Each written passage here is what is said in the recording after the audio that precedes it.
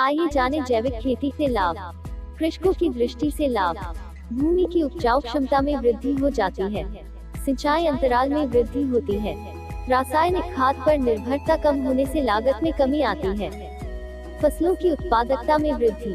मिट्टी की दृष्टि से जैविक खाद के उपयोग करने से भूमि की गुणवत्ता में सुधार आता है। भूमि की जल धारण क्षमता बढ़ती है। भूमि से पानी का वाष्पीकरण कम होगा।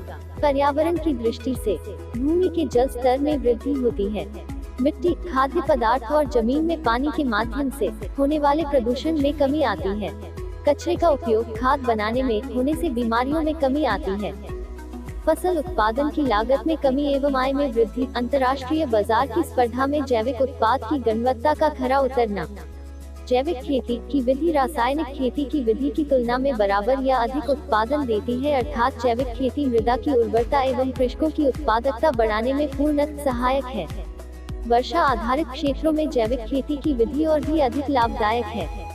जैविक विधि द्वारा खेती करने से उत्पादन की लागत तो कम होती ही है, इसके साथ ही कृषक भाइयों को आय अधिक प्राप्त होती है तथा अंतर्राष्ट्रीय बाजार की स्पर्धा में जैविक उत्पाद अधिक खरे उतरते हैं, जिसके फलस्वरूप सामान्य उत्पादन की अपेक्षा में कृषक भाई अधिक लाभ प्राप्त कर सकते हैं।